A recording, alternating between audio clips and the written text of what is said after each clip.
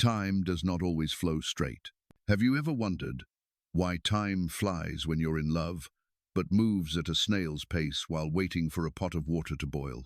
Why does a short week of travel carve itself deeply into memory, while an entire year of work fades away like smoke? And the strangest thing, if time is supposed to be absolute, why does each person experience it so differently? This isn't an illusion, it's scientific truth. Tonight, I'll take you on a journey. No clocks, no formulas, only truths that will make you sit up in the middle of your sleep. Because, perhaps you don't know, time doesn't flow evenly as you think. It stretches, it disappears, and sometimes it even betrays you. Are you ready? Then stop, breathe slowly, look around, because very possibly you're in a timeline that you don't even realize. And the first question, simple, where are you? And what time is it now? Pay attention a little. For each person, this moment is different. Someone is listening as the sun sets over a rooftop in Seattle. Someone else is lying quietly in the silent night of Texas. Someone just woke up, savoring a morning cup of coffee. Another is winding down a long day with a video like this. Wherever you are, 6 a.m. or nearly midnight, you and I have just met at a strange intersection.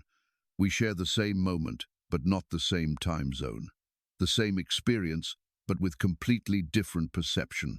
And that is the first mystery of time. It is not the same for everyone.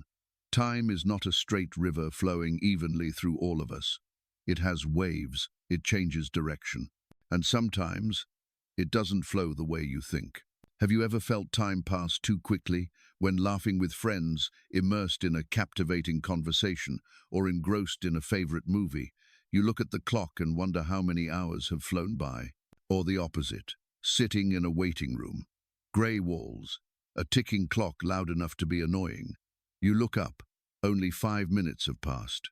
What's happening?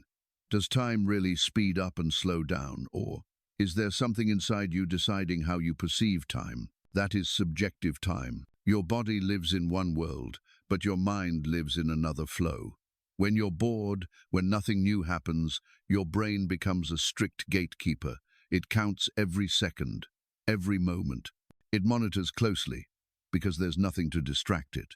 But when you're immersed in something, a compelling book, an evening stroll under the sunset, a date night, your brain stops guarding the time. It's busy living, and you no longer sense each second passing.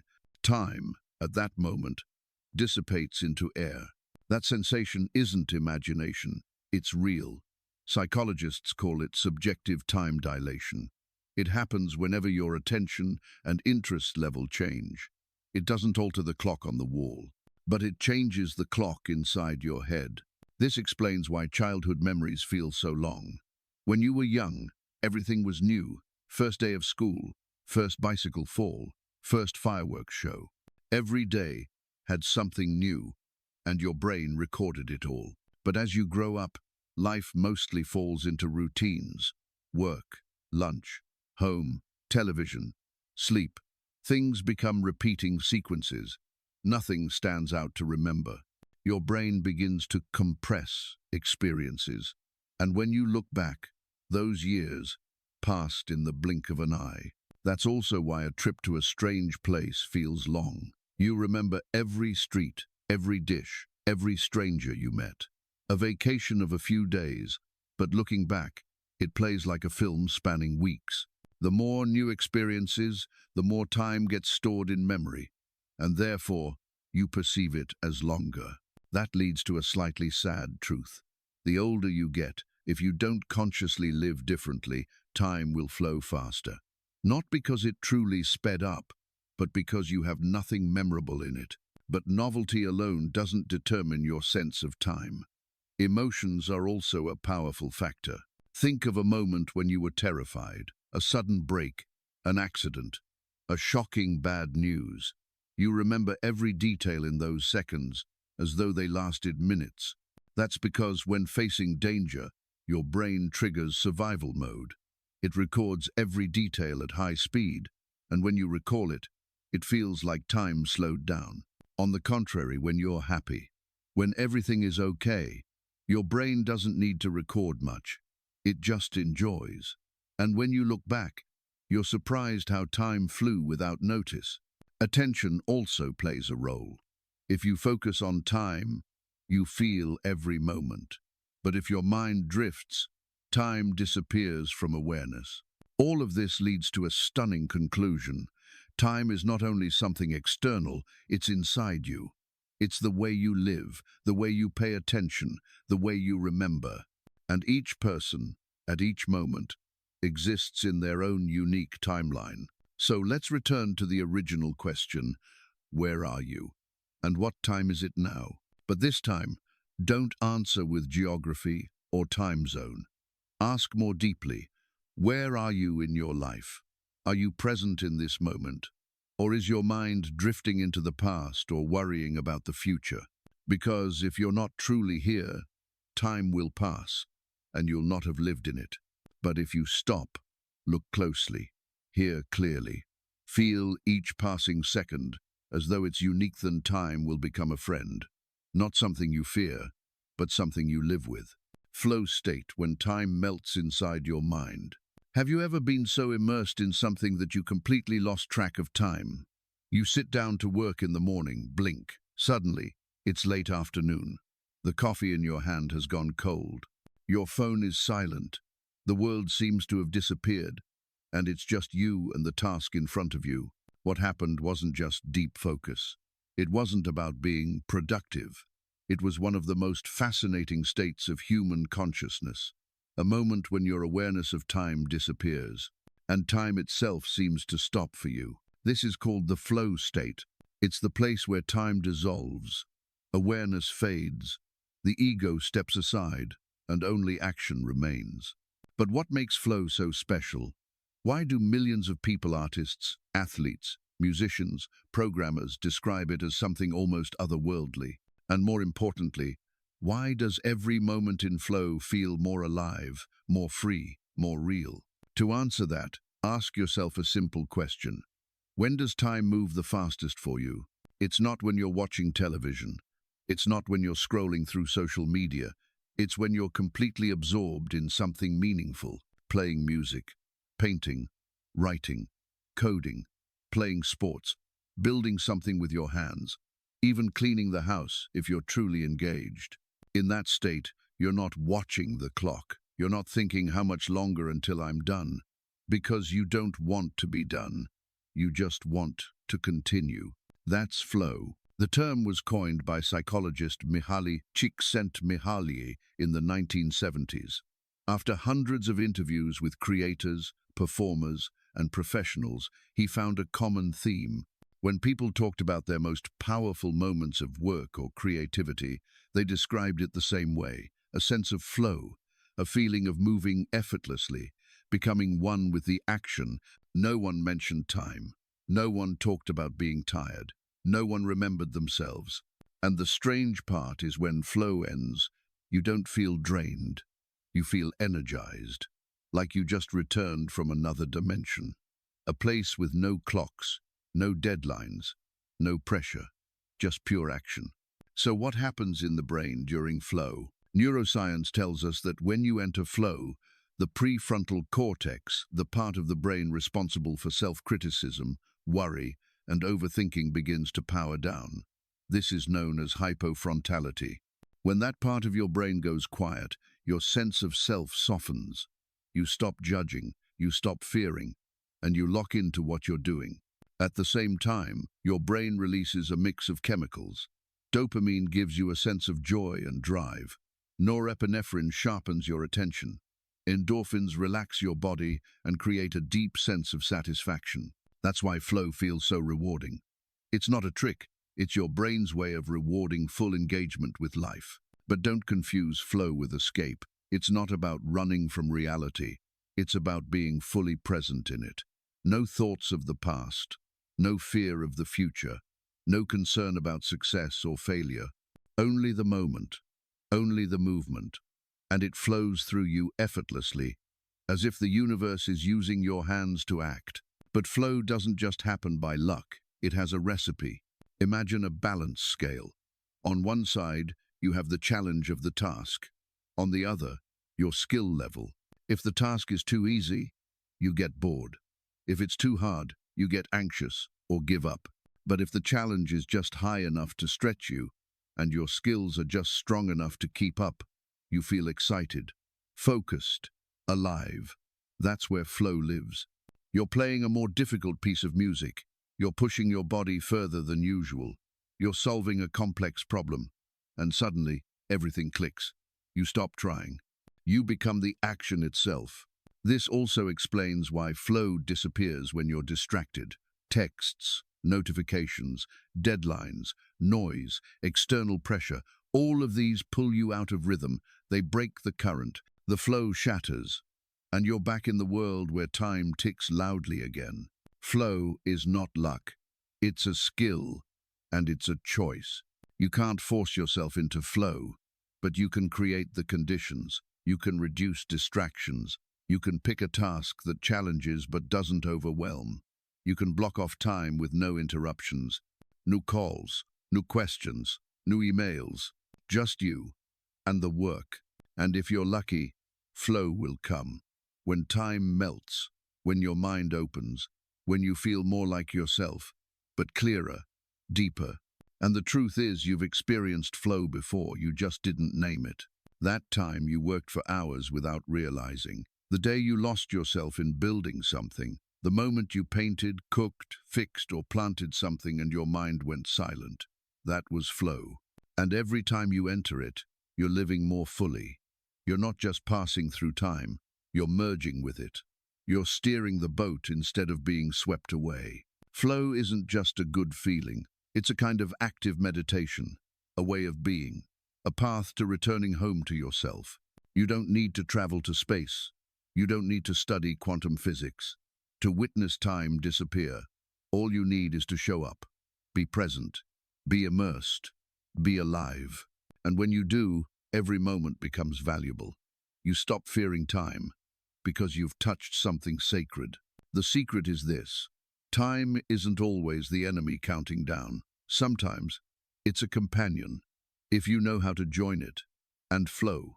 The strange elasticity of time in memory. Why do your childhood summers feel like they lasted forever, while last year went by in a blink?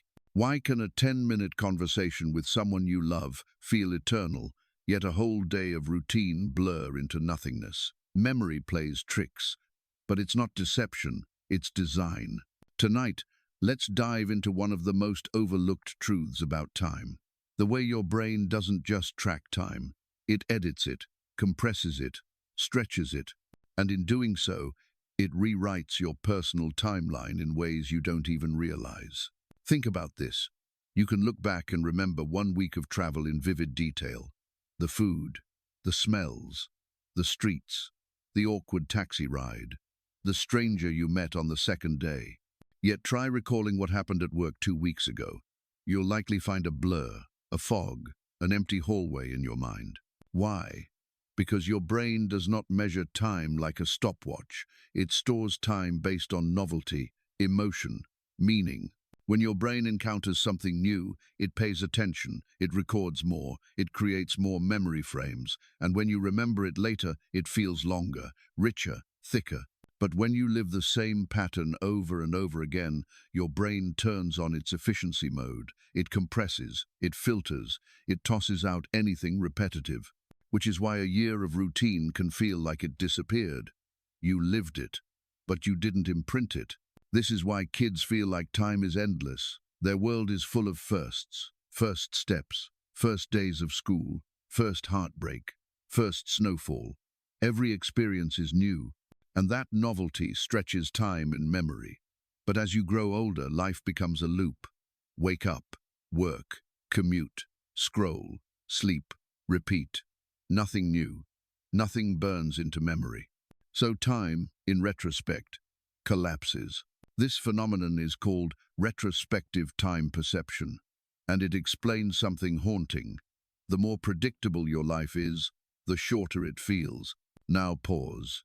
Ask yourself, if you continue this pattern for the next 10 years, what will you actually remember? Will your future self look back and see a decade of color, or a single grey page? This is not a fear tactic, it's a wake-up call. To remember more, you must live more, not recklessly, but intentionally. Inject novelty. Try something unfamiliar. Take the longer walk. Ask a question you've never asked. Visit a place you've never been. Even small changes done consciously leave deep impressions in the architecture of your memory. But memory isn't just shaped by novelty. Emotion carves time deeper than logic ever will. A 2-minute phone call that shattered your world. A single moment when you felt seen, loved, betrayed, terrified. These fragments can feel eternal. Why? Because your emotional brain overrides your temporal brain. It declares, this matters. Save this. That's why time can feel slow in crisis, fast in joy, sharp in trauma, and blurry in boredom. Your inner clock doesn't tick. It reacts. It doesn't measure time. It feels it. Even the environment shapes memory. Ever notice how time feels slower in a new city or on a hike far from home? That's because every new sight forces your brain to wake up, to map, to analyze, to log. The more your brain works, the more timestamps it creates, and the richer your memory becomes. But here's the twist. While your brain compresses or stretches time in memory, your identity starts to fuse with those stretches. You become your remembered time. And if memory is thin, you start to feel like you haven't really lived. This is why, when people approach the end of life, they often regret not the things they did, but the years they can't remember. They grieve the blank spaces, the times they were present in body but absent in spirit. So if you want to reclaim your time, don't buy another planner. Don't just manage your minutes. Change your moments. Upgrade the emotional and sensory richness of your days. Your memory will thank you. One technique, memory stacking. At the end of each day, take 2 minutes to write down 3 things that stood out. Not big things, just real things. A scent, a laugh, a strange coincidence. This forces your brain to register and encode more. And with time, you'll feel your life expanding, not just forward, but backward. Because here's the truth no one tells you. Memory is not just a recording of your life. It's the experience of having lived. Without memory, time is empty. And without novelty and emotion, memory is silent. But the good news? You can take control. You can shift the curve. You can build a timeline worth remembering. One that feels long, even if it's short. Full, even if it's quiet. Because in the end, you don't just want more years in your life. You want more life in your years. And every memory is a piece of eternity hidden in time. If you've made it this far, you already know this journey is more than information. It's transformation. Don't stop now. Subscribe and keep diving with me. The next chapter may change the way you see not just time, but yourself. Why childhood felt endless and adulthood slips away. Let's be honest. Childhood summers used to last forever. Remember that? The days felt like entire worlds. You played outside until the sky dimmed. You chased the sunset with scraped knees and sticky fingers. Even one afternoon at Grandma's house seemed to stretch on for centuries. And now? Now you blink and a week disappears. You wake up on Monday, check a few emails, take a call, do the dishes. And suddenly, it's Sunday again. A whole month dissolves into memory before you've even processed the last one. What happened? Where did the time go? Why did childhood feel infinite, while adulthood feels like a time-lapse video that skips everything meaningful? The truth is unsettling and beautiful. Time didn't change. You did. Let me explain. Time, at least in the strict physical sense, ticks at a steady rate. Seconds don't get shorter. Clocks don't lie. But your experience of time, that's a completely different story. And that story is written by your brain. More specifically, it's written by your memories. Here's the key insight. Your perception of how long something lasted is not determined by how many minutes passed, but by how much your brain had to process during that time. The more data your mind takes in, the longer the moment feels when you look back on it. It's not about time. It's about novelty. And no time in life is more novel than childhood. When you were a child, almost everything was new. Your first snow, your first tooth falling out, your first time riding a bike. Every place, every face, every feeling was a discovery. And with each discovery, your brain kicked into overdrive. It recorded more detail. It built more memory. And that memory became a mental landmark in the map of your life. You weren't just living the moment. You were carving it into your brain. Now contrast that with adulthood. When was the last time you did something for the first time? Most of your days are a loop. Same roads, same coffee, same routine, same jokes at work, same dinner conversations. You're not lazy. You're just efficient. Your brain has seen it all before. It doesn't need to log much anymore. So it doesn't. And what happens when your brain doesn't record much? Your memory compresses time. Your past becomes a blur. And the present feels like it's speeding past without you. This is why one weekend vacation in a new city can feel longer in memory than 3 months of going to the same office. Because your brain was paying attention again. It was wide awake, alert, present. And that's the catch. Time isn't something you lose. It's something you stop noticing. The more familiar your life becomes, the faster it feels. You're not living less. You're remembering less. But this isn't just poetic nostalgia. Science backs it up. Psychologists have studied how people estimate time during novel versus routine activities. And again, they find the same thing.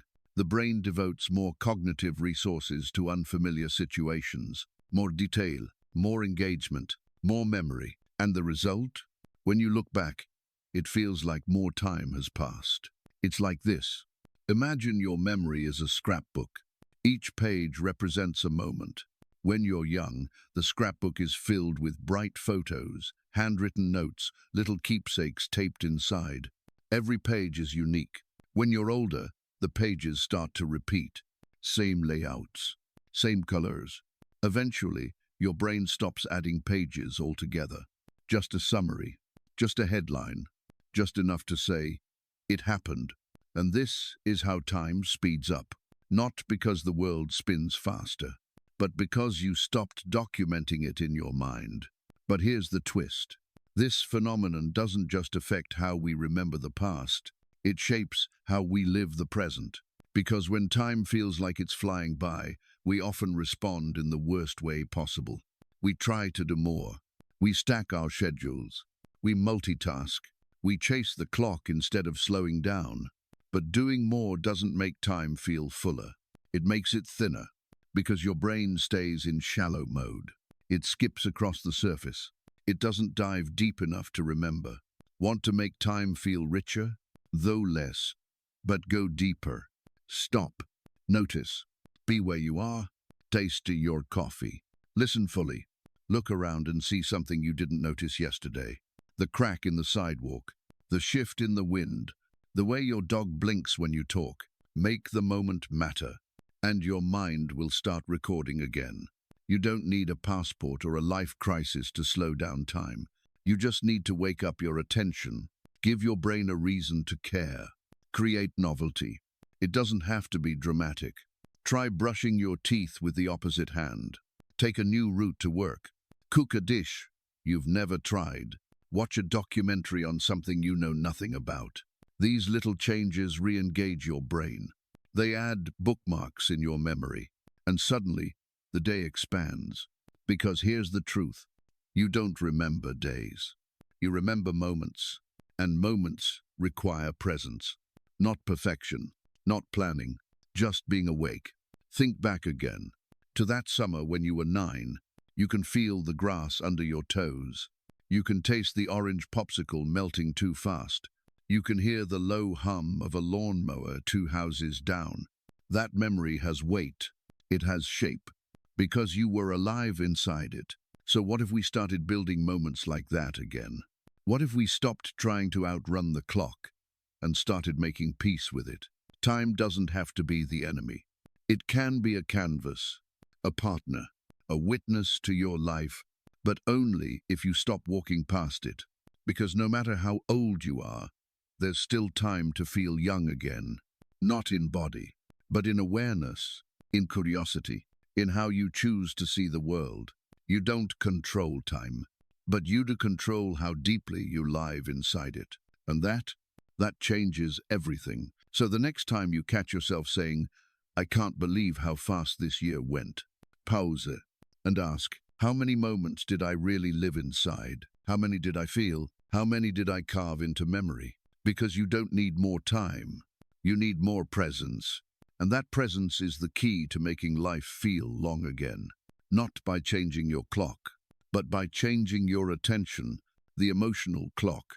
When time bends with fear, joy, and anxiety, let me ask you something strange but familiar. Have you ever been in a situation where time seemed to stop? Not in a poetic way, not in a metaphor. I mean truly stop.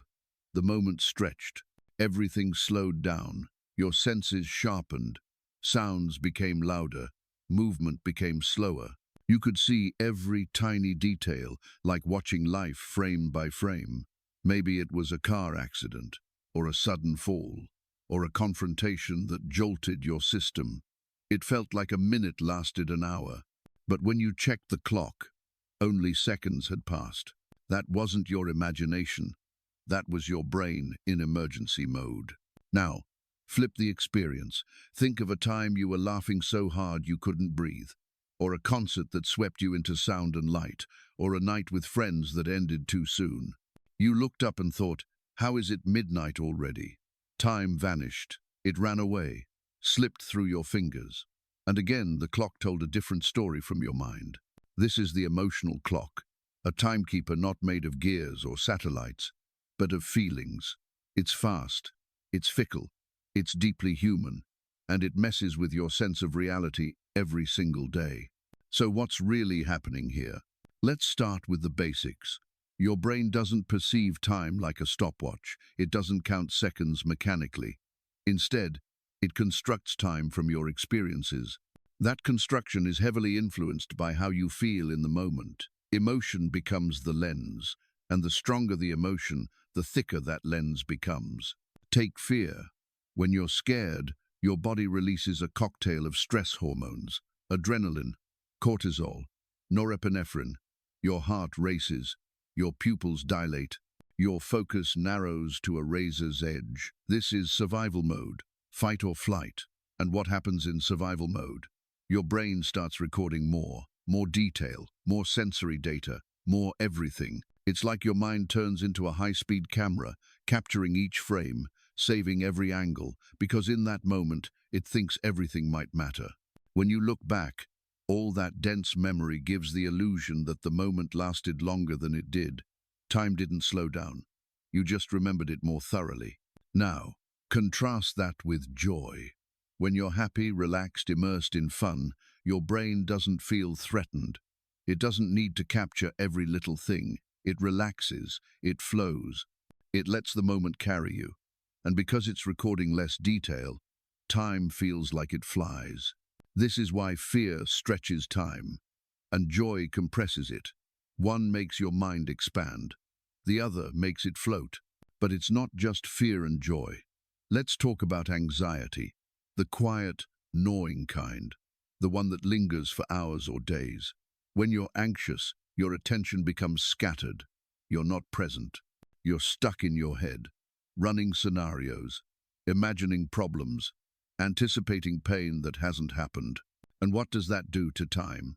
It warps it in a different way. Sometimes it drags, because you're watching the clock, waiting for something to end, or worse, waiting for something bad to begin.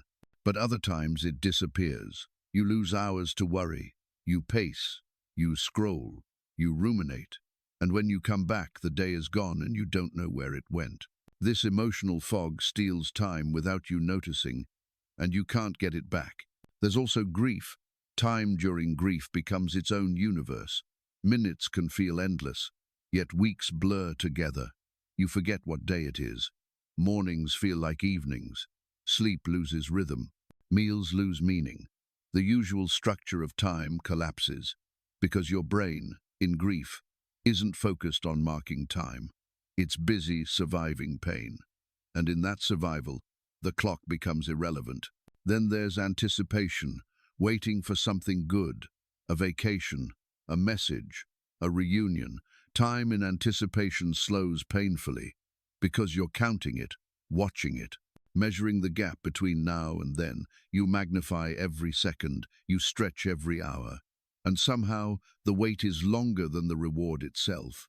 This is why the drive to the party feels longer than the drive home, why December drags when you're a child waiting for Christmas, and why a 2-minute microwave feels like a decade when you're hungry.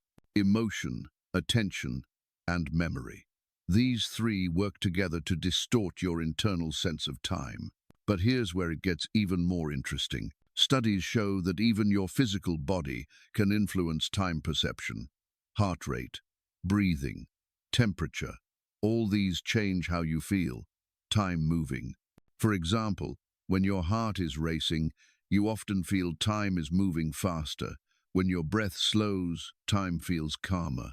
This is why meditation can feel like stepping into a different dimension. You're not just calming your mind, you're resetting your body's relationship with time. And this matters, because in a world constantly telling you to go faster, to do more, to fill every minute, your emotions are already pulling you in the opposite direction. They're bending time, slipping minutes through cracks, stretching others until they break. And here's the truth no one tells you. You can't trust your sense of time. Not fully, because it's not objective, it's not neutral, it's not even consistent. It's shaped by mood, by memory, by stress and stillness and joy and loss. But that doesn't mean it's meaningless. In fact, it's the opposite. Your emotional time is often more honest than the numbers on your watch. It tells you where your energy is, where your heart is, where your attention has gone. If your days feel like a blur, maybe your joy has faded. If your nights stretch endlessly, maybe your mind is carrying too much weight. If the hours vanish while you're creating, maybe you've found your purpose. Pay attention to your emotional clock. It tells stories the calendar never could. And here's something else. Time feels most normal when you feel emotionally balanced. Not too stressed, not too bored, not too thrilled, just steady, present. This is the zone where your inner clock and outer clock actually align. But it's rare, because life is rarely steady. It's full of highs and lows and all the colors in between. So what do you do with all this? First, recognize that your emotional life is not separate from your sense of time. They're woven together. One affects the other. And if you want to reclaim your time, you can't just reorganize your schedule. You have to tend to your feelings. Slow down when you're overwhelmed. Move when you're stuck. Laugh when you can. Cry when you need to. Feel the moment fully, and it will leave a deeper mark. Even your pain, when felt with honesty, creates a memory worth carrying, because it reminds you that you lived through something real. Second, learn to use time as a signal. When the day drags, ask why. When it flies, notice what made it fly. When it vanishes, ask what stole it. You'll find clues about how you're really doing beneath the surface. And third, embrace the gift that emotional time gives you. It makes life rich, varied, dynamic. You're not a machine. You don't measure life in clean increments. You live it in ripples and waves. And those waves are what make you human. The most powerful memories you carry are not time-stamped. They're emotion-stamped. The moment your child said, "I love you" for the first time. The silence after someone said goodbye. The laughter that came at exactly the right second. None of those were measured in minutes, but they live forever in you. So don't chase perfect time. Chase meaningful time, deep time, alive time. And the next time you feel like the clock is lying to you, maybe it is, or maybe it's your heart, whispering something louder than the tick of any second. The boredom paradox. Why empty time feels so heavy. Let's start with something uncomfortable. Boredom. The silent weight that creeps in during long meetings, waiting rooms, traffic jams, or a Sunday afternoon with nothing to do. It feels like time isn't just moving slowly, it's mocking you. Seconds stretch into minutes. Minutes feel like hours. You check your phone, you stare at the wall, You glance at the clock again. Still the same minute. Still stuck. Still bored. But here's the twist. Boredom isn't just unpleasant. It warps your perception of time in dramatic, measurable ways. And it reveals something deeper about how your brain handles the empty spaces of life. Because boredom isn't the absence of time. It's what happens when your brain loses engagement. So what's really going on? Let's look at a typical boring situation. You're waiting at the DMV. There's a line. Fluorescent lights. Dead silence except for some shuffling papers and the occasional name being called. You've been there for 10 minutes, but it feels like 30. Why? Because your brain has nothing to do. When there's no novelty, no stimulation, and nothing meaningful to latch onto, your mind turns inward, and when it turns inward, it starts tracking time. It notices each second, it watches the clock. And when you're watching time, it feels slower. Just like a watched pot never boils, a watched clock never moves. Now here's the paradox. Boredom stretches time while you're living it, but it erases time in memory. You don't remember boring days. You don't reflect on them. They fade. They blur. They vanish. Ask someone what they did during an uneventful week, and they'll struggle to recall a single detail, because boredom doesn't just make time feel slow. It makes it forgettable. That's why a single boring afternoon can feel long while you're in it, but short when you look back. The moment drags, but the memory disappears. And this matters, because modern life is full of these invisible time traps. Spaces where nothing significant happens. Spaces filled with scrolling, waiting, hovering between one thing and the next. And the more often you fall into them, the more you lose time without even realizing it. Boredom is not a flaw.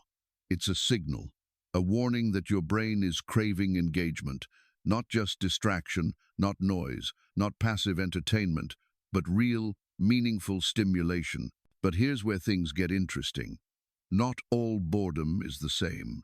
There's surface boredom, the kind you feel when a task is dull or repetitive, listening to a presentation that drones on, folding laundry for the third time today, watching loading bars.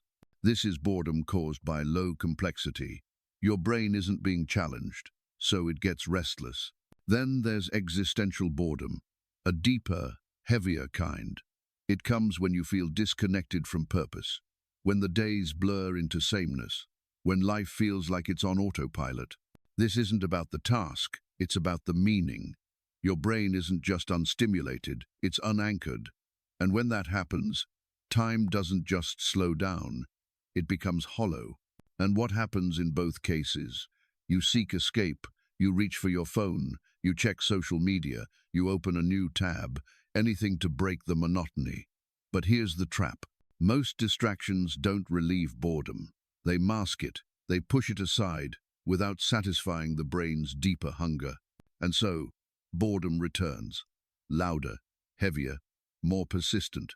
Because your brain doesn't want noise, it wants engagement. It wants a challenge, a mystery, a question, a goal. Something that pulls it into the moment and says this is worth noticing.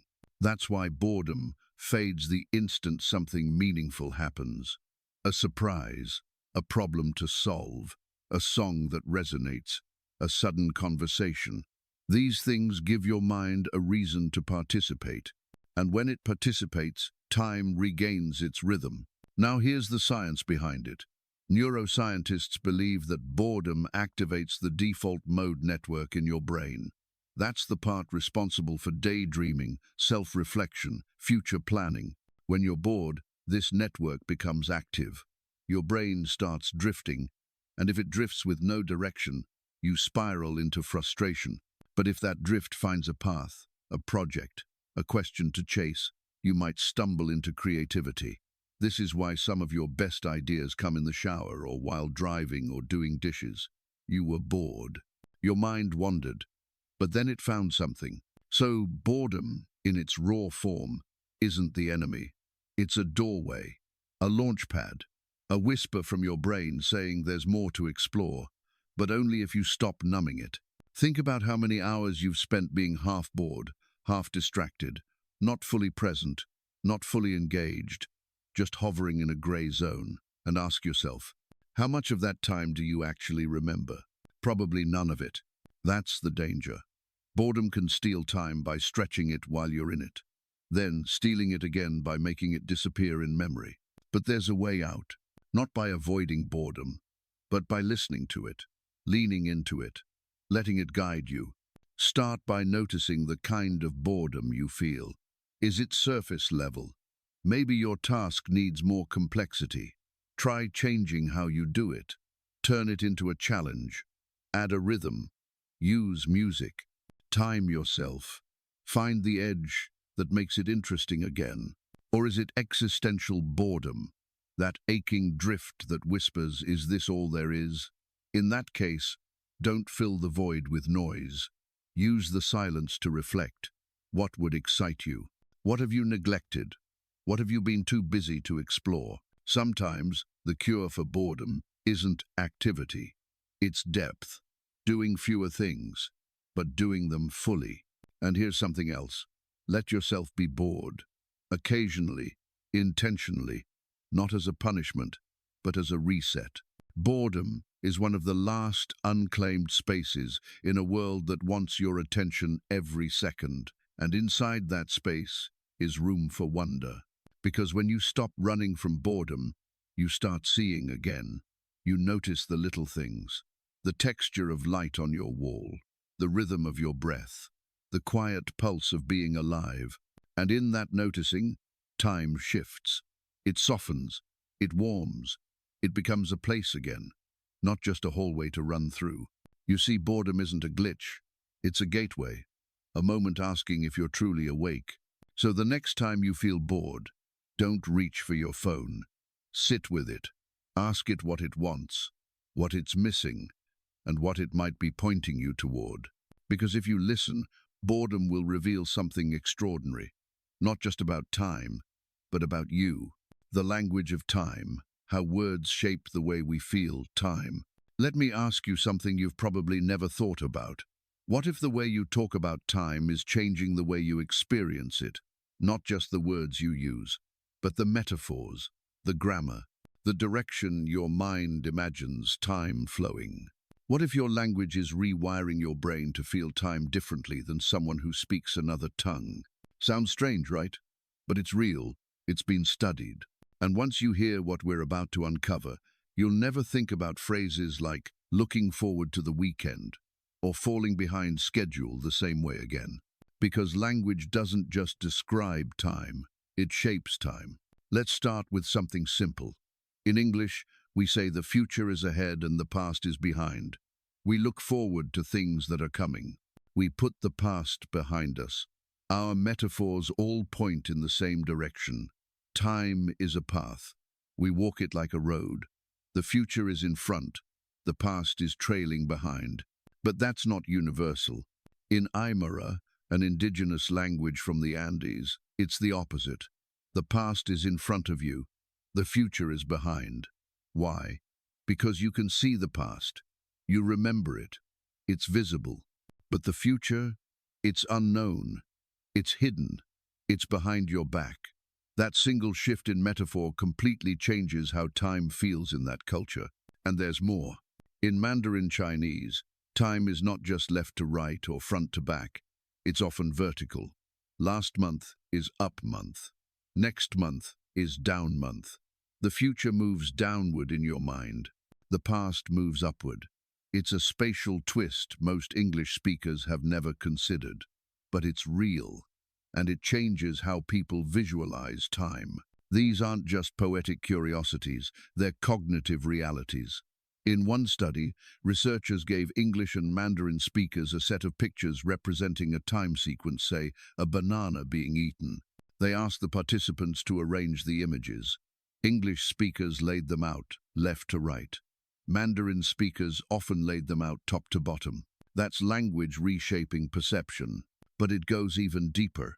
In languages like Hopi, spoken by Native American communities, there is no strict grammatical tense for past, present, and future. Instead, events are described by their validity. Did it really happen? Is it probable? Is it imagined? Hopi speakers don't lock time into clean boxes. They think in terms of evidence and certainty. What does that mean?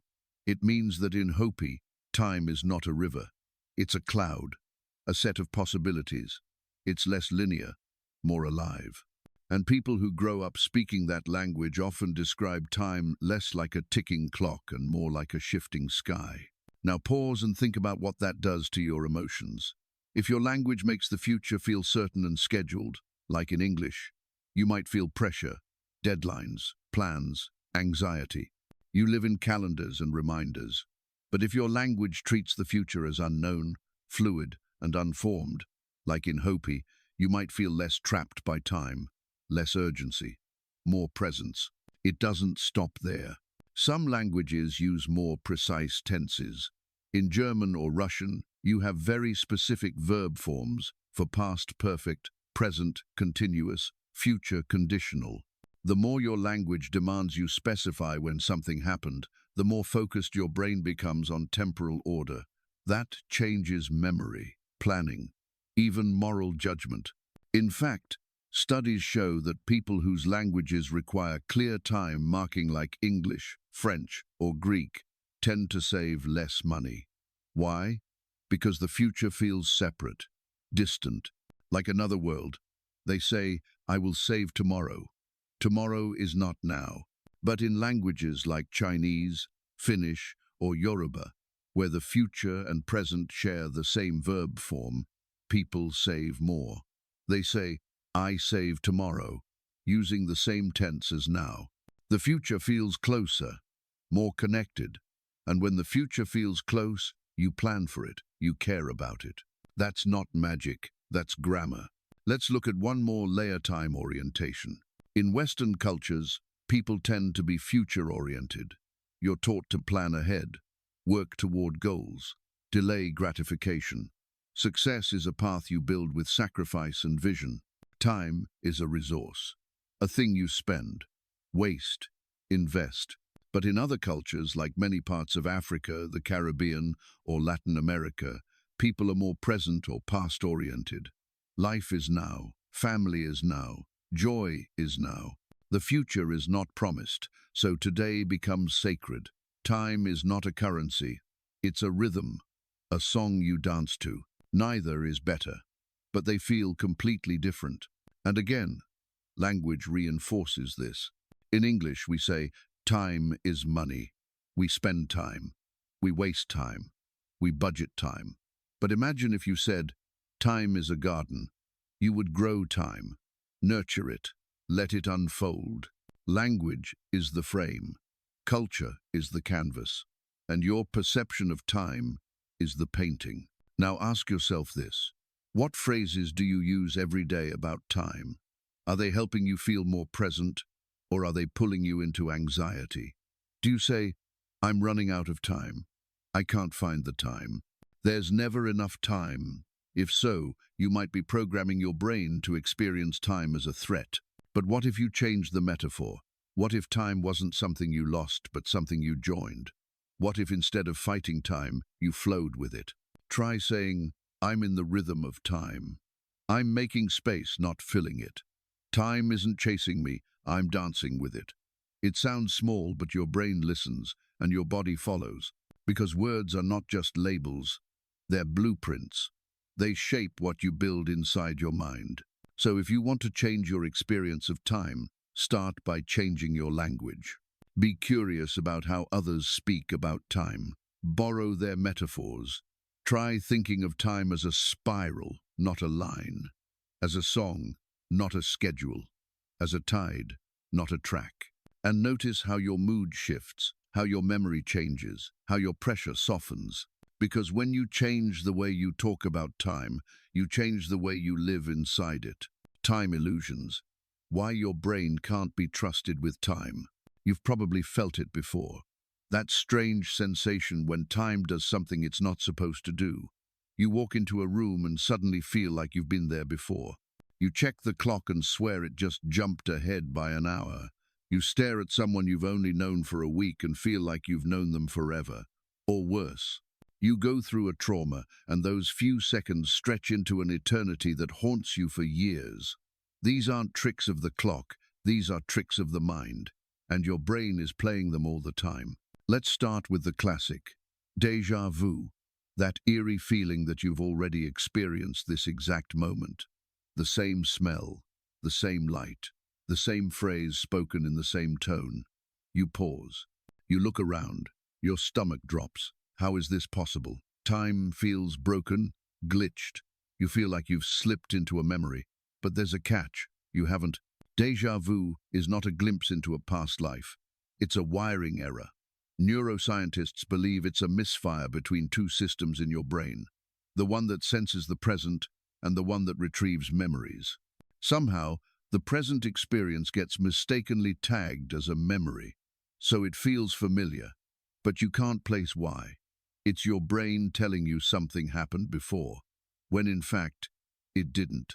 That moment of false familiarity is a time illusion, and it proves one unsettling truth.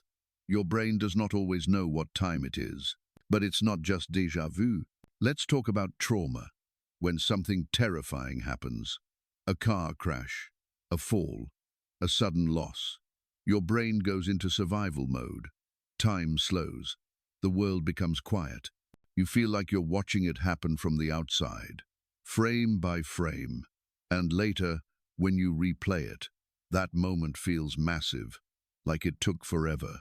But here's what's wild. It didn't. What happened was your brain recorded it in high definition, like switching from slow shutter speed to super high frame rate. Your mind captured more detail, more sound, more angles, more emotion. And because there's more data stored, that second feels like it lasted 10, but it didn't. That's the illusion. Trauma stretches time in memory, not in reality. And sometimes, the opposite happens. After trauma, you lose time. Hours vanish. You look back, and it's a blur, a blank spot. That's called time compression. It's your brain protecting you, editing the movie, skipping the scenes that hurt too much to rewatch. You didn't lose those hours. You just don't have access to them anymore.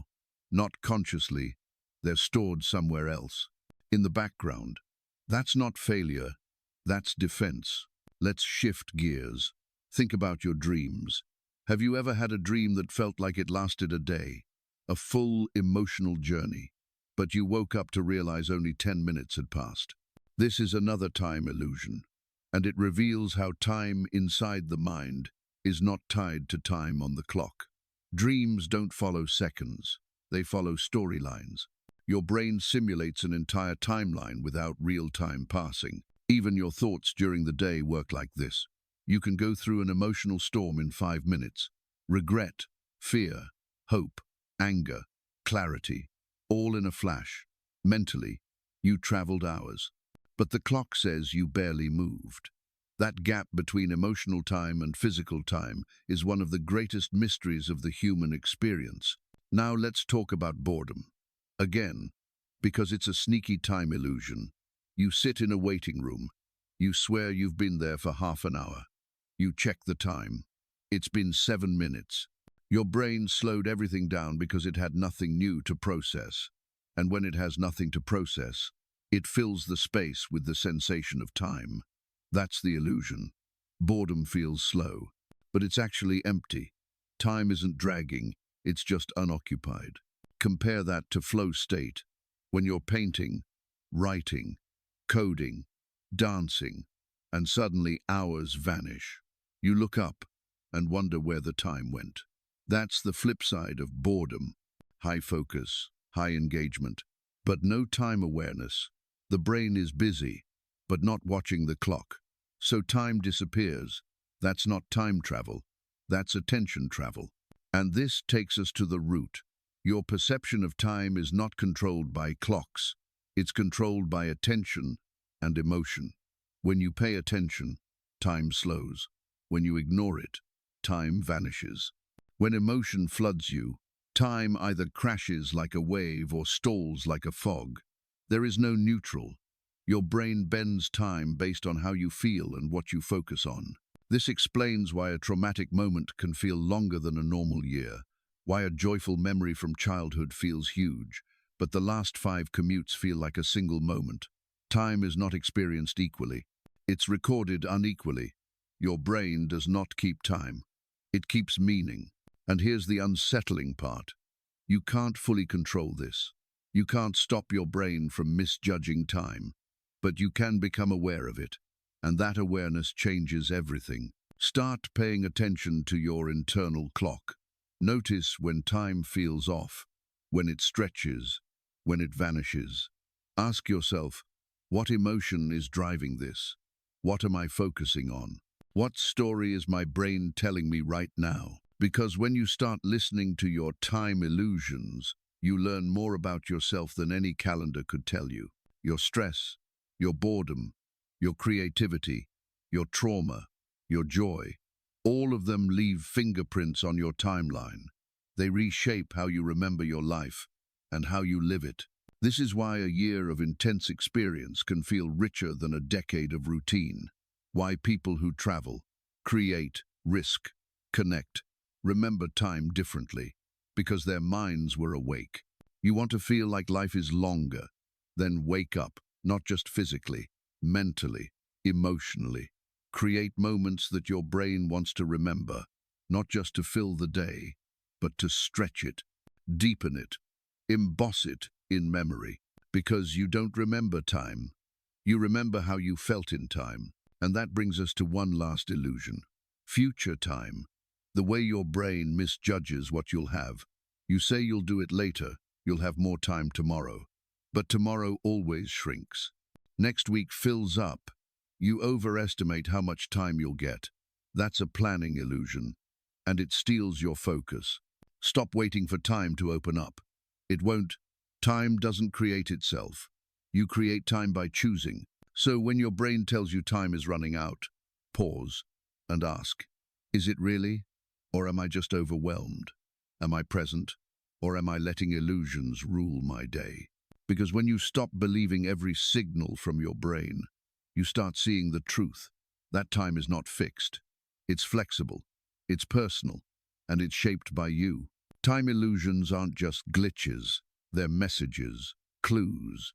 And once you learn to read them, you stop fearing time and start working with it. The social clock. How society decides when your time should matter. Let's be honest.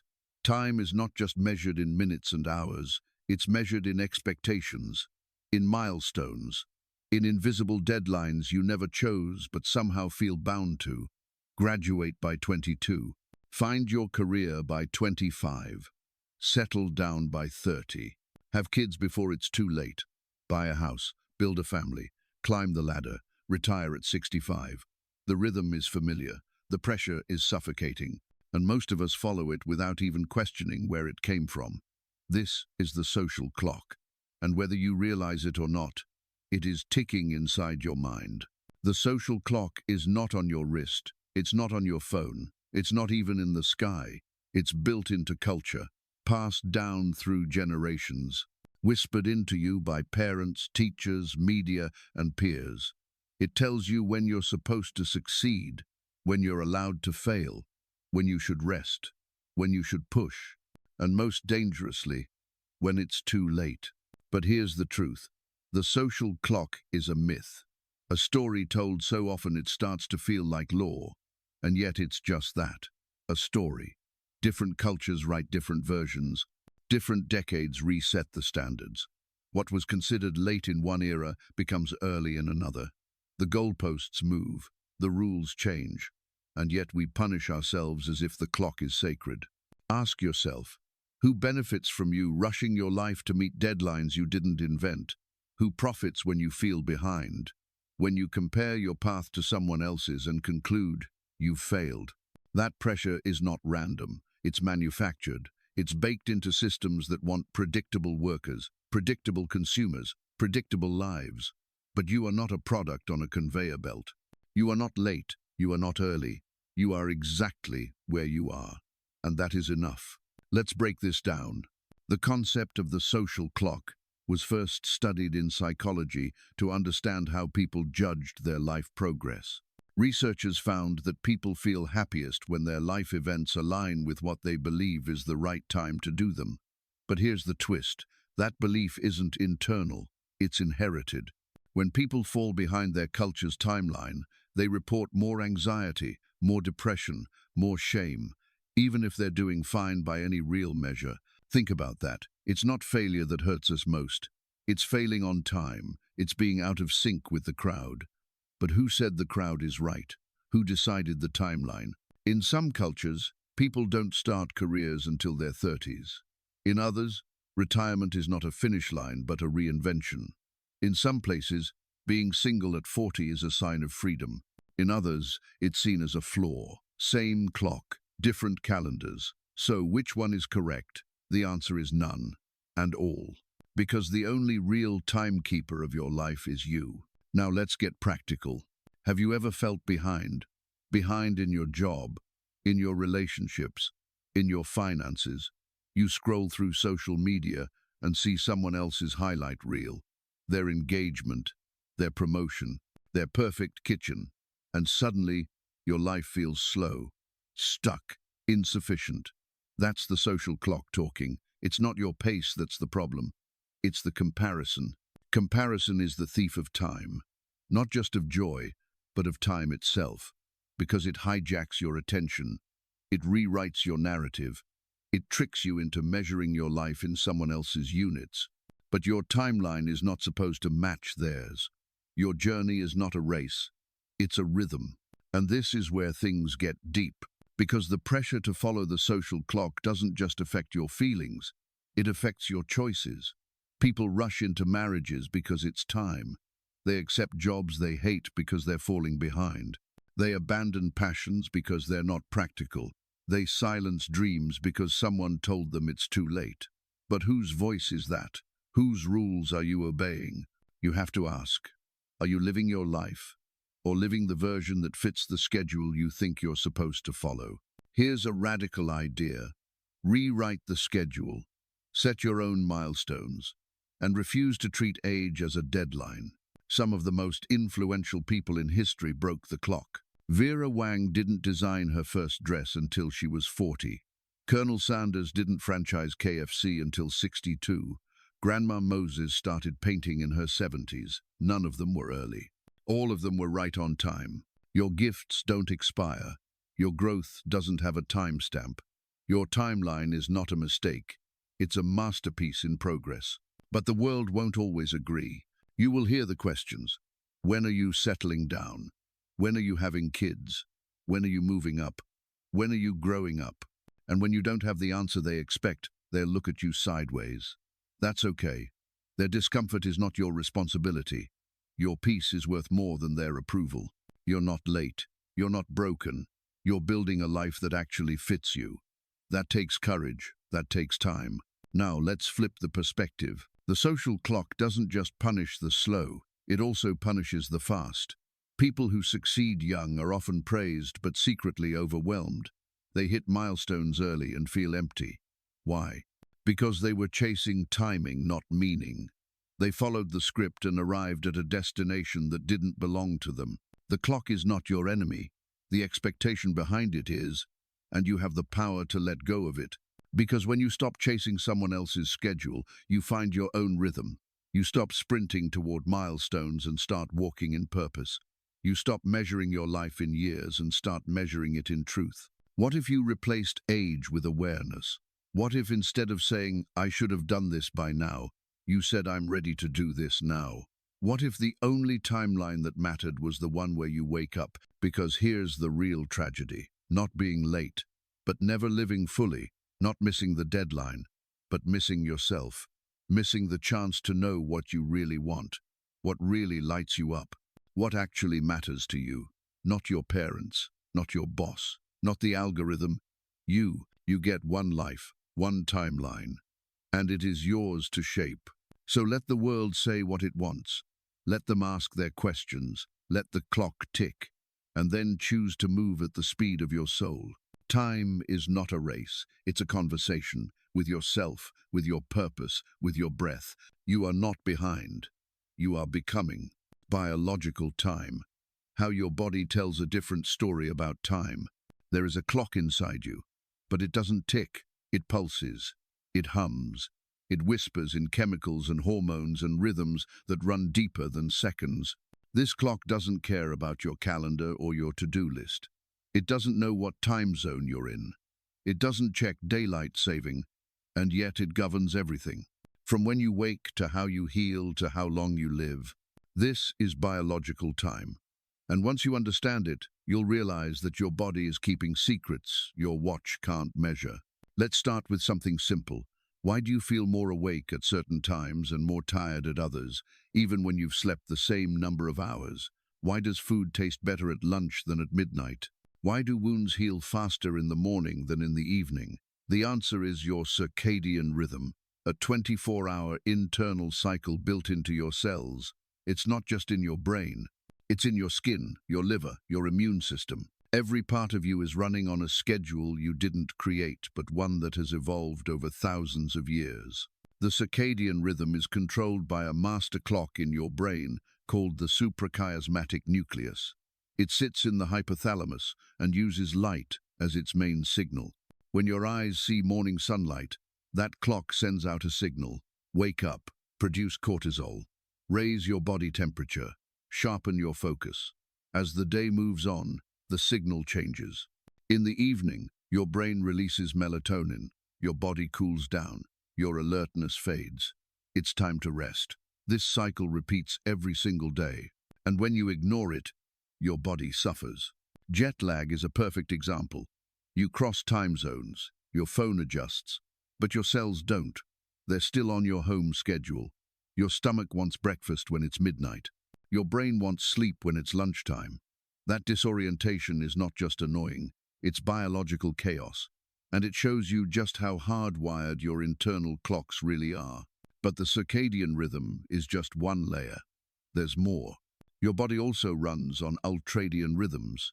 These are shorter cycles, lasting 90 to 120 minutes. They affect your focus, your hunger, your creativity. That's why you might feel energized for an hour and then foggy the next. It's not lack of discipline, it's your brain cycling through peaks and valleys. And if you ignore those valleys, if you force yourself to push through without rest, you burn out. You're not lazy, you're out of rhythm. Then there are infradian rhythms. These last longer than a day. The menstrual cycle is one of the most well-known, but there are others. Seasonal mood shifts, energy changes tied to light and temperature. Your body is not on one clock. It's on layers of time, all of them syncing and desyncing in complex patterns. Now let's talk about the deepest clock of all, cellular time. Every time your cells divide, they replicate DNA. But there's a catch. At the end of each strand of DNA is a cap called a telomere. Think of it like the plastic tip on a shoelace. Every time the cell divides, the telomere gets shorter. Eventually, it wears down, and when it does, the cell can't divide anymore. That's aging. That's biological time, written in code inside your body. But here's what's wild. Telomeres don't all shorten at the same speed. Stress, poor sleep, and toxic habits can make them shrink faster. On the flip side, mindfulness, good nutrition, and deep relationships can slow the clock down. Some studies even suggest that certain types of meditation may lengthen telomeres. Imagine that.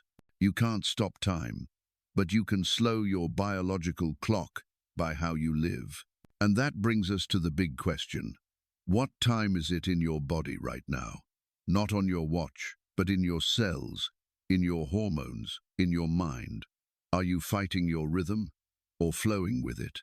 Because when you start paying attention to biological time, everything shifts. You stop eating just because the clock says it's dinner. You eat when your body is hungry. You stop working just because it's 9 to 5. You work when your brain is sharp. You stop staying up late just because the world is still online. You sleep when your body whispers rest. That's not laziness. That's alignment. Biological time also explains why we feel differently about age. Chronological age is just a number, but biological age is a condition. Some people at 40 are biologically 60, others at 60 are biologically 40. The difference is in the clock beneath the surface, the one shaped by choices, habits, trauma, and rest. And yes, trauma affects biological time. Childhood stress can speed up cellular aging. Prolonged anxiety can damage immune function. But healing is possible. The body is resilient. Given the right signals, it can recalibrate. It can restore rhythm. It can buy you time. Now think about how we treat time in modern life. We rush, we multitask, we ignore fatigue, we drink caffeine instead of sleeping, we stare at blue light instead of moonlight, we eat at our desks, we scroll through meals, we push through exhaustion, we override every signal our body sends, and then we wonder why we feel broken, burned out, disconnected. The answer is not more time, it's more timing, better timing, honest timing. Living in sync with biological time doesn't mean slowing down. It means moving smarter, resting when it counts, working when it flows, healing before it's too late. Athletes know this. Elite performers train and eat and sleep based on rhythm, not just effort. Writers know this. They wait for the right wave, not just the right hour. Monks know this. Prayer and silence are synced to light, to nature, to breath. Because when you tune into biological time, you don't just survive, you thrive. And here's something else. Every major organ in your body follows its own rhythm. Your liver metabolizes better during the day. Your heart rate is lowest during deep sleep. Your digestion slows at night. That means the same meal eaten at noon or midnight affects you differently.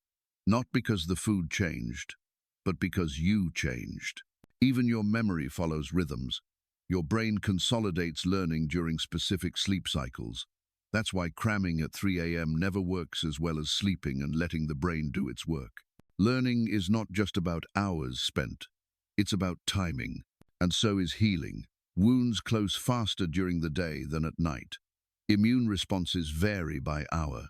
There are even optimal times for taking medication. This is called chronotherapy, treating illness based on the body's clock. Because when medicine is synced with biological time, it works better, with fewer side effects. So ask yourself, are you living against your biology or in harmony with it? Start small. Wake with sunlight. Eat when hungry. Rest when tired. Pause when your focus dips. Celebrate the peaks. Honor the valleys. Stop shaming your body for needing rhythm. It was designed that way.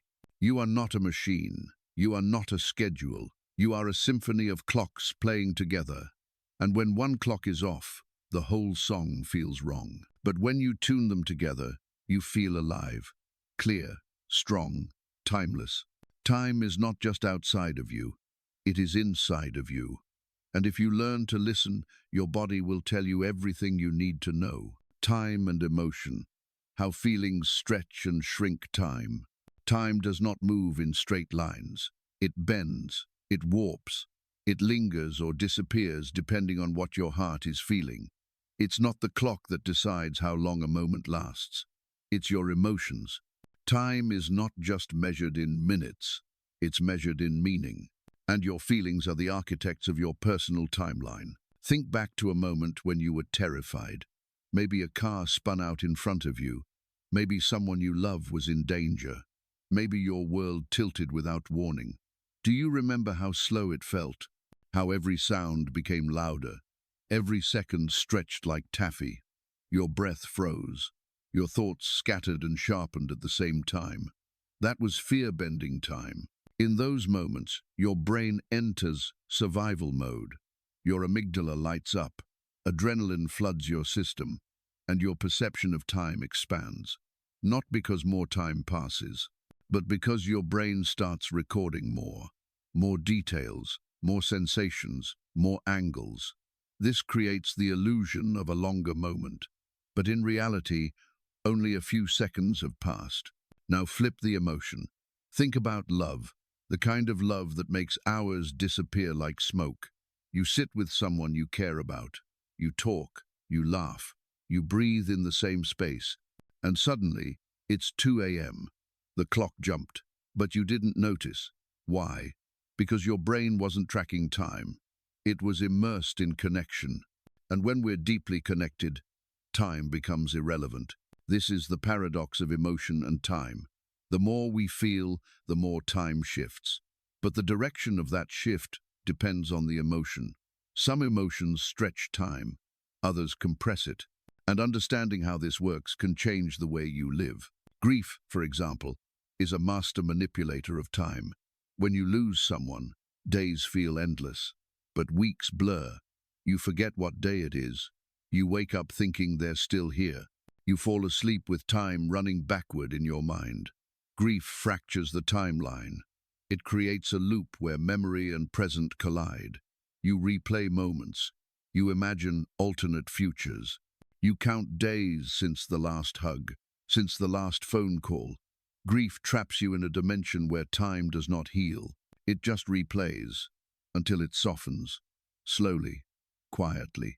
Then there's anticipation, waiting for a call, for results, for someone to arrive. Have you noticed how time slows down when you wait? 10 minutes feel like an hour. This is because your brain is hyper-focused. It's checking time constantly, and constant checking stretches time, like looking at a pot that refuses to boil. The more attention you give it, the longer it seems to take. Compare that to surprise, when something catches you off guard, a sudden burst of joy, a shocking twist, time vanishes, you gasp, blink, laugh, and it's over. Surprise collapses time, because your brain is too busy adjusting to even measure it. And then there's awe. Standing at the edge of the Grand Canyon, watching your child take their first step, hearing a choir in a cathedral echo through your bones. Awe stretches time, but gently. Not like fear, not like grief. Awe expands your sense of scale. You feel small and infinite at the same time. These are the moments that last forever, not because they take long, but because they land deep. They imprint, they stay. What you're feeling right now as you listen to this, that's also shaping time. If you're curious, time is flowing. If you're anxious, time may feel heavier. If you're inspired, time feels light. Emotion and time are inseparable. One cannot exist without influencing the other. Even boredom plays a role. You already know boredom stretches time. But why? Because your brain is craving novelty. And when it gets none, it starts dragging its feet. You check the time, again and again, and every check makes the moment longer. It's not time that's broken, it's attention. Boredom isn't the absence of time, it's the absence of presence. Presence is the emotional key to time. When you're present, time moves honestly. When you're distracted, time jumps. When you're lost in thought, time escapes you. When you're afraid, time traps you. When you're in love, time forgives you. Let's go even deeper. Your memories are not filed by date. They're filed by emotion. That's why you don't remember the Tuesday 3 weeks ago when nothing happened. But you remember the Saturday 5 years ago when everything changed. Your brain marks moments with emotional ink. The stronger the feeling, the deeper the mark. This is why certain songs bring back specific memories, not because of the melody, but because of the emotion it awakens. And once the emotion returns, so does the time. You're not just remembering, you're time traveling. Now here's where things get interesting. You can use emotion to shape your experience of time on purpose. You can create moments that feel longer by leaning into intensity, attention, meaning. You can slow time by pausing, breathing, noticing the details. You can stretch joy by staying in it, not rushing to the next thing. You can compress pain by moving through it, not resisting it. Time responds to your emotional state. You are not helpless. You are not a victim of the clock. You are part of the mechanism. This has massive implications. It means a life rich in emotion feels longer, fuller, deeper, not because it has more years, but because it has more presence. It's not about how much time you have. It's about how much time you feel. Imagine two people living the same number of years. One avoids risk, numbs feelings, lives on autopilot. The other embraces love, faces fear, walks through grief, seeks awe. Who lived more? Who remembers more? Who felt more time? You know the answer. So the next time you feel a moment stretching or shrinking, ask yourself why.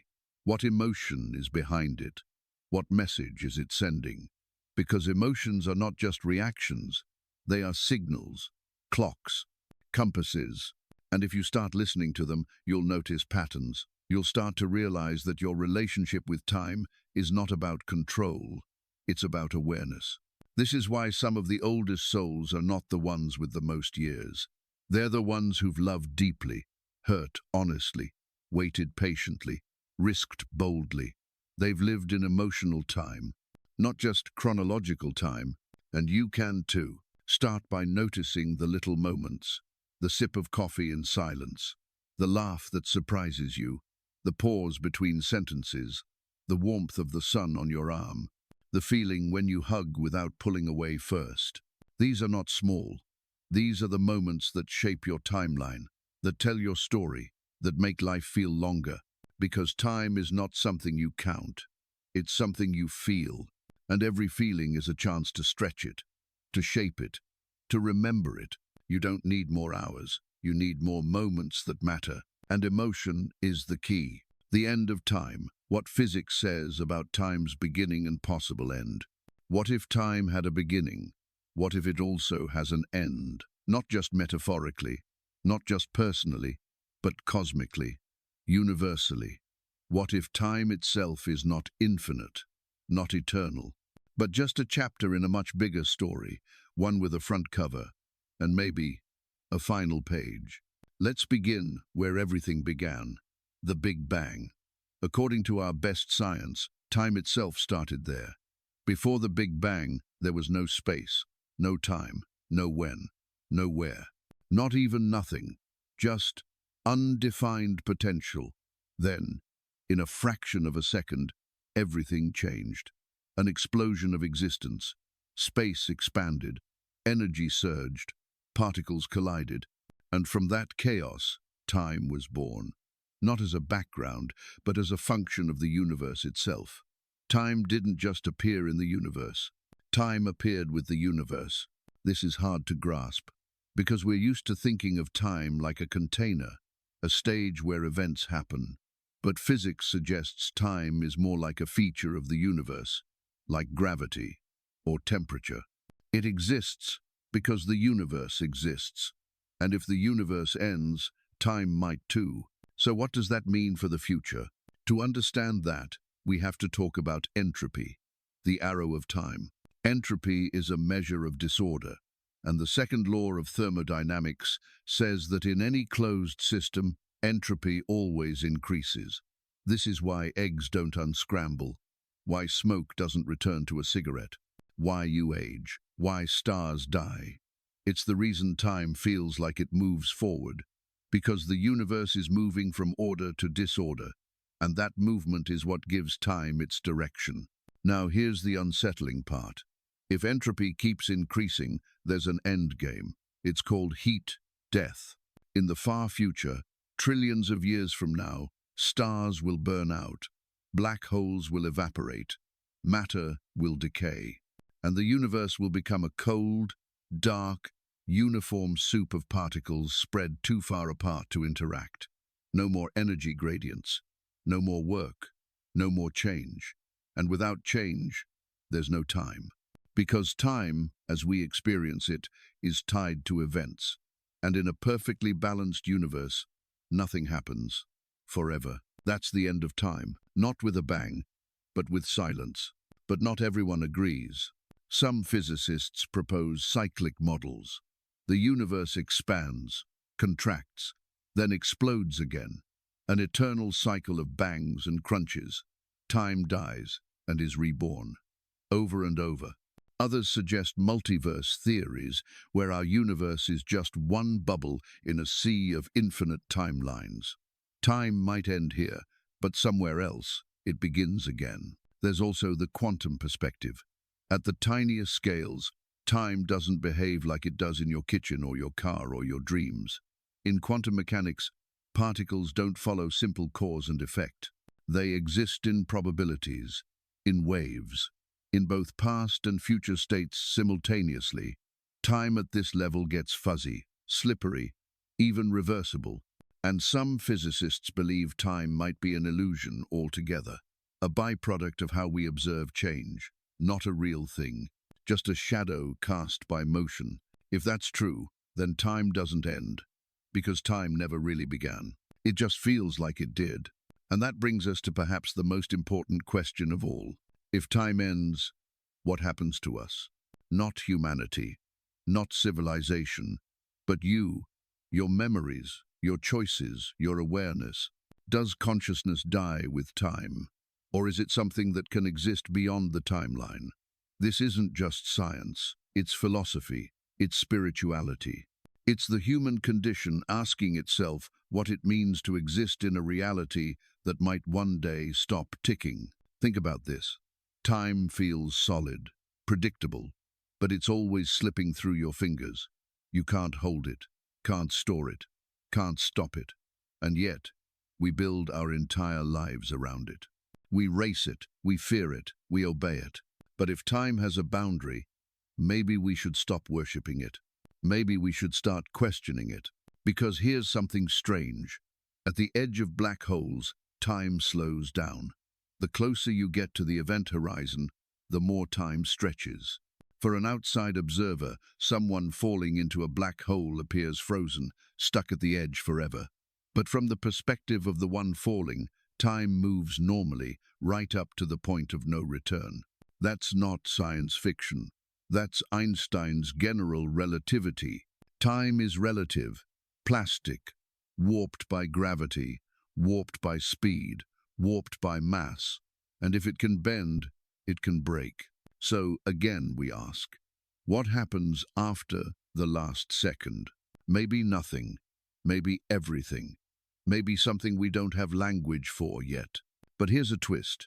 Some physicists think we're already experiencing the end of time, not in a dramatic way, but slowly, invisibly.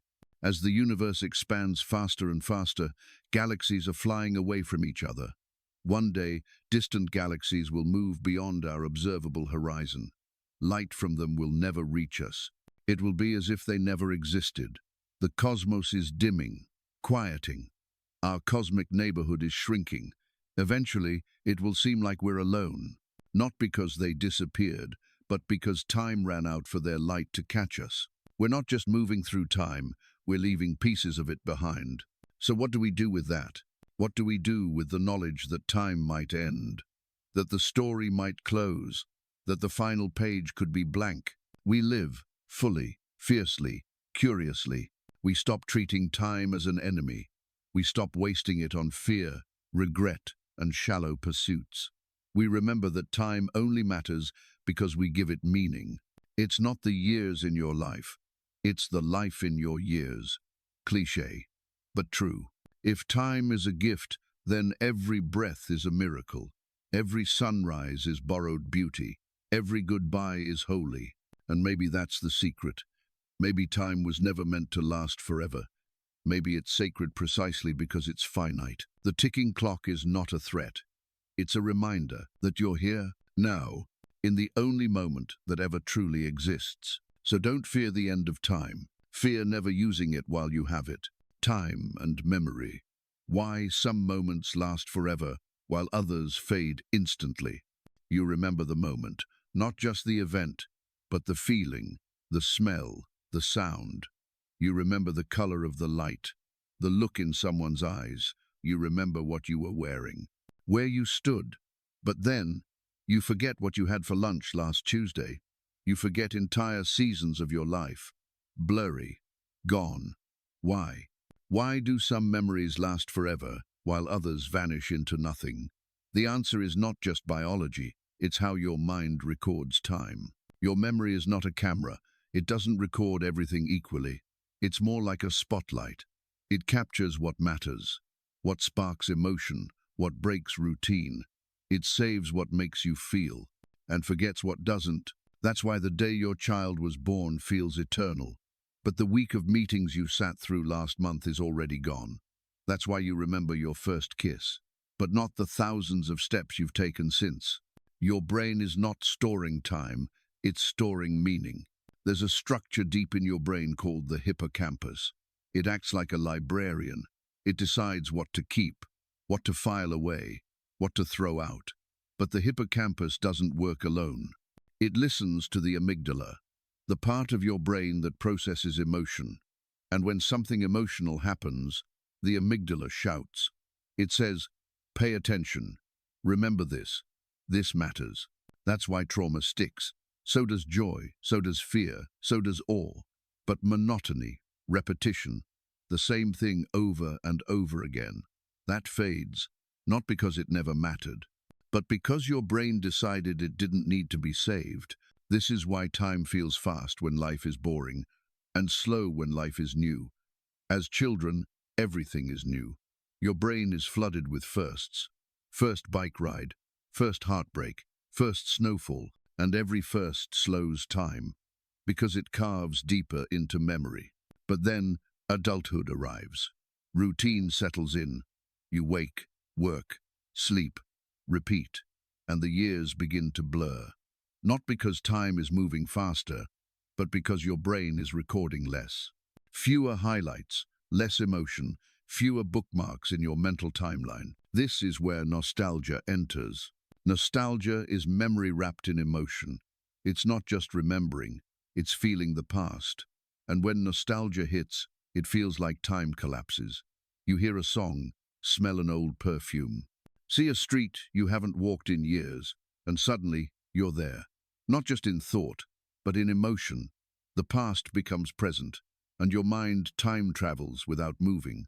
Nostalgia bends time, it stretches it, because your brain isn't bound by the present. It drifts, it recalls, it replays, and sometimes it rewrites. Because memories are not fixed. Every time you remember something, your brain rewires it, adds details, removes others. It's like editing a photo every time you open the file. And over time, your memories evolve, not just based on what happened, but on how you feel now. This is called reconsolidation, so your memory of a person might get softer or sharper, depending on your current emotion. Your memory of a failure might turn into wisdom.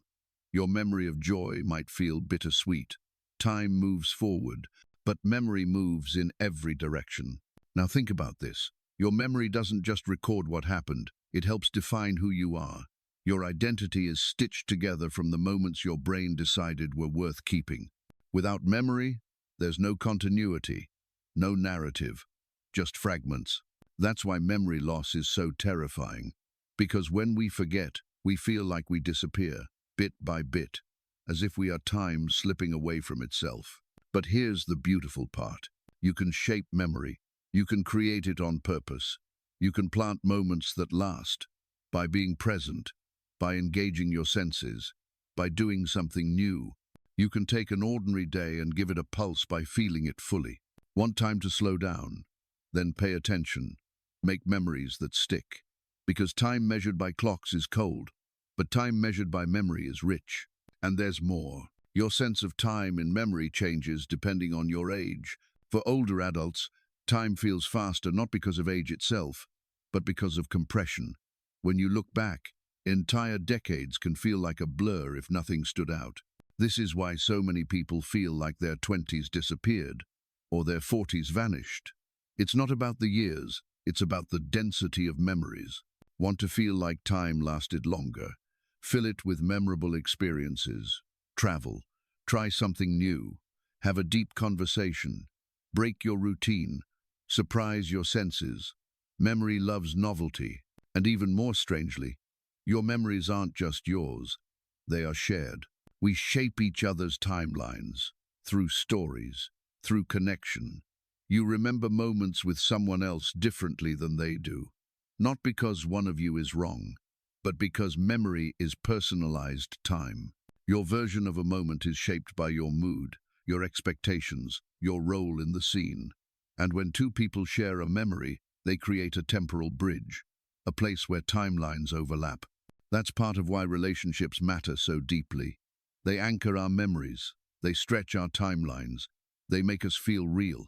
And yet, memory is fragile. You forget names, dates, details, but the feeling stays, the echo of a laugh, the weight of a goodbye, the warmth of a touch, the scent of summer in childhood. These are timeless.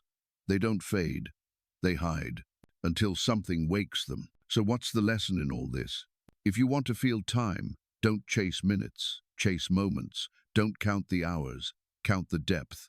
Don't fill your schedule, fill your soul. Because memory is not just a byproduct of living, it's how you hold on to life after it passes.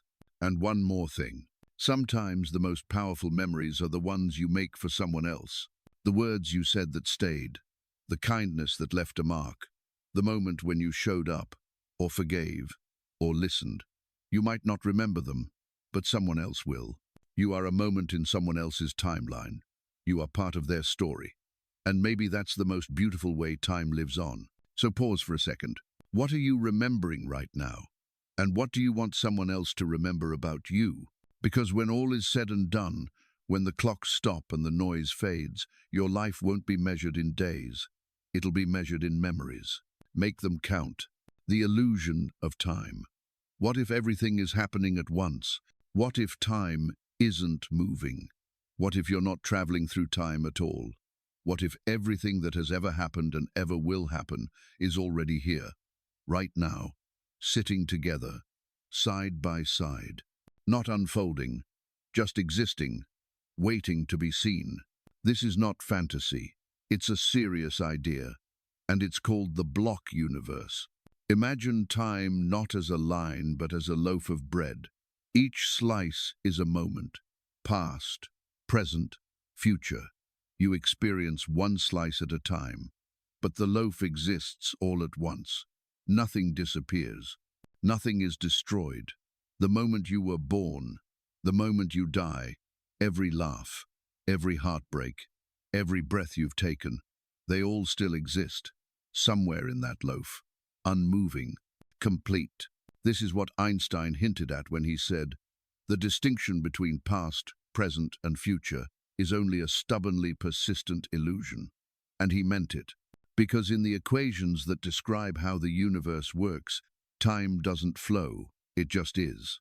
In physics, particularly in relativity, space and time are merged into one thing, space-time. You don't move through time the way you think you do. You're not riding a river. You're standing in a field of coordinates, and motion is just you switching perspective. Time doesn't pass. You do. Now, hold on, because this changes everything. If all time exists simultaneously, then the past is not gone. The future is not waiting. They are both there, as real as this second, as solid as the ground you stand on. So why don't we experience it that way? Why do we feel time moving forward? The answer might be in your consciousness. Your awareness slides through the block, like a flashlight moving across a painting. You only see the spot where the beam is, but the rest of the image is still there. Your mind is the beam, and the universe is the canvas. This is where things get strange. If time is an illusion, then so is change. What we call motion is just different moments, arranged in a certain way. The movement of a ball, the beat of a drum, your heartbeat. These are not happening. They are positions in space-time, like frames of a film reel. You watch the movie, but all the frames already exist. And here's the wild part. According to some interpretations, your future self already exists. Not as a possibility, as a reality. You're not heading toward it. You're just not experiencing it yet. But it's there, set, fixed, like a star behind a curtain. This is uncomfortable, because we like to think of time as freedom, as choice, as motion. But what if your choices are simply you, discovering the next slice of the loaf, not inventing it, just arriving where you already are? Now you might ask, If everything is already there, does that mean fate is real? Does that mean free will is fake? Not exactly, because even if all the moments exist, your conscious experience still unfolds, your awareness still travels, and that journey feels like choice. It feels like growth, like evolution. And that might be the point. The illusion is part of the design. It helps you engage, feel, act, learn. It gives life shape and meaning. Now, let's zoom in even further. At the quantum level, things get blurry. Particles don't have set positions or paths. They exist in probabilities, and those probabilities stretch across time, meaning the outcome of a future event can influence the present state. This is called retrocausality, and it's real. In some experiments, particles appear to make decisions based on measurements that haven't happened yet, like the future is whispering to the past. If that's true, then the block universe isn't just philosophical, it's operational. The future talks to the past, and you're just in the middle. It also explains why déjà vu feels so strange. Maybe it's not just a brain glitch. Maybe it's your consciousness brushing against a slice of the loaf that you haven't reached yet.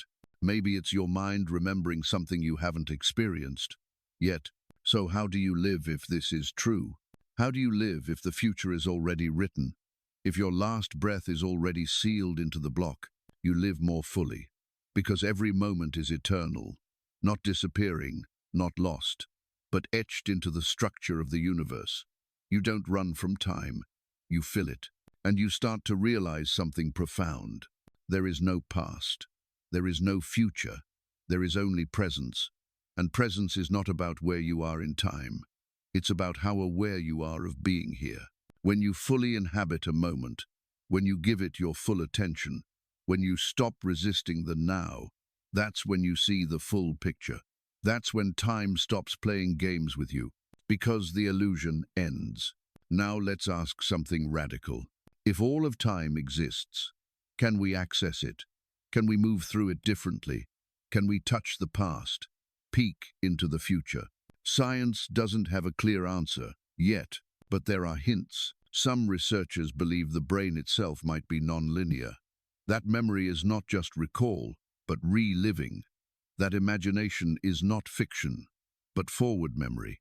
That intuition, hunches, sudden clarity, might be your consciousness accessing other slices. Think about when you suddenly remember something vividly. Not just the fact, but the feeling. You're there, the room, the voice, the air. For a moment, you are in that slice. Not just thinking about it, living it. That's not imagination, that's time travel of the mind. And if we can go backward, maybe we can also go forward. But here's the catch. You can't carry the details with you, because your current mind is tuned to the present slice. Like a radio locked on one frequency, you might catch the echo of another station, but you can't record the song. Still, that echo might be enough to guide you, to choose better, to love deeper, to fear less. And maybe that's all we need, because in the end, the block universe is not about surrendering to fate. It's about reverence for the structure, for the story, for the reality that every second of your life is immortalized in space-time. Your childhood still exists. Your future self is waiting, and the now is sacred. So next time you sit in silence, next time you feel a chill, or joy, or longing, know that somewhere in the block, another version of you is feeling something too. Not later, not before, but always, because all of time is here, and you are exactly where you're supposed to be. The human clock, living with time, not against it. You've been chasing time your whole life, watching clocks, counting days, measuring progress. But what if all along, time wasn't your enemy? What if it was your teacher? What if it wasn't trying to outrun you? It was trying to show you something about yourself, about reality, about what it means to be alive. We've explored the physics, the psychology, the illusions. We've stretched time, bent it, questioned whether it exists at all. And now, here we are, at the edge of everything. Not just the end of this story, but a mirror. reflecting the most important question of all. How do you live with time?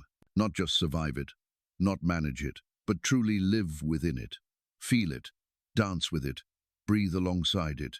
Because time is not a villain, it's not a thief, it's not hunting you down. Time is a canvas, a rhythm, a pulse woven into every fiber of your existence. And whether it's moving fast or slow, painful or sweet, boring or breathtaking, it is always whispering the same truth. You are alive. Now, and that is no small thing. Every tick of the clock is a gift, not because it lasts forever, but because it doesn't. That's what makes it real. That's what gives it meaning. Scarcity sharpens attention.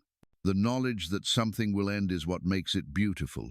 This moment, right now, it's the only one you truly own. So how do you reclaim time? Not as a commodity, but as a companion. You start by slowing down. Not your body, your attention. Notice the color of the sky, the way the wind sounds in trees, the pattern of your breathing, the warmth of sunlight on your skin. These are the seconds that get buried when you rush. But they are the very seconds that remind you you're still here. You also let go of the obsession with productivity. Not every hour has to be optimized. Not every moment has to be efficient. Some of the richest uses of time look like wasting it. Sitting in silence, talking with no agenda, walking with no destination. These are not delays. These are portals into deeper living, because the value of time is not in how much you fill it, but in how deeply you feel it. And here's the truth most people avoid. You are a clock. Your body keeps time. Your heartbeat, your breath, your sleep, your thoughts, your aging. You are a walking metronome.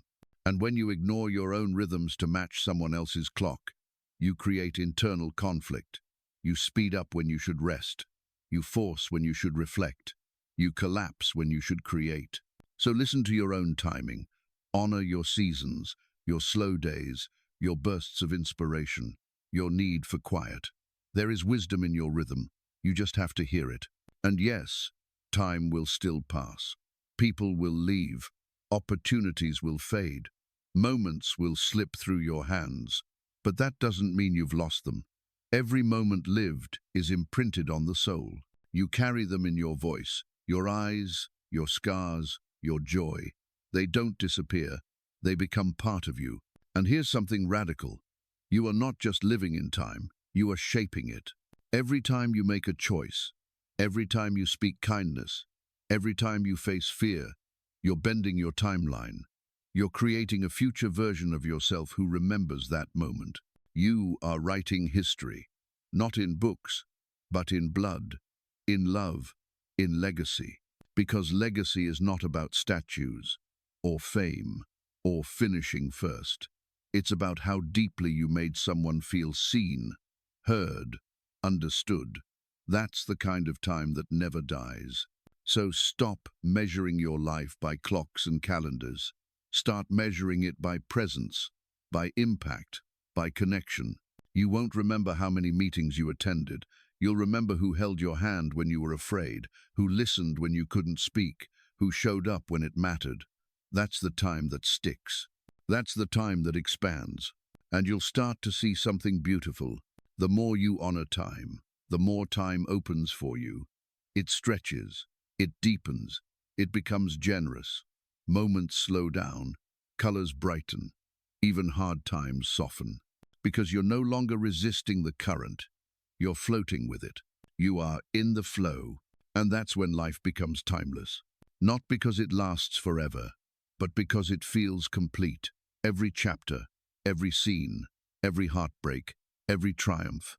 Together they form a story that only you could live. You are not behind. You are not late. You are not too old or too early or out of step. You are right on time. Even when it feels like you're not. Even when the world tells you to rush. Trust the deeper rhythm.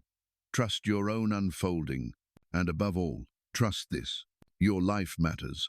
Not for how long it lasts, but for how deeply it was lived. How honestly it was felt. How bravely it was shared. So take one last breath in this journey. Let the seconds settle. Let the noise quiet. Let the past and the future fall away. You are here, and that is everything. Before we close, I want to thank you for taking this journey with me, for diving deep into time, for exploring the science, the soul, the mystery. This isn't the end. It's just another beginning, another moment, another chapter waiting to be written. And if this journey meant something to you, if it made you think, made you feel, made you breathe a little differently, then do one small thing. Subscribe to this channel, because together, we're not just telling stories, we're bending time, one moment at a time. And I want you to be part of every one. So hit that button, stay curious, and I'll see you in the next timeline.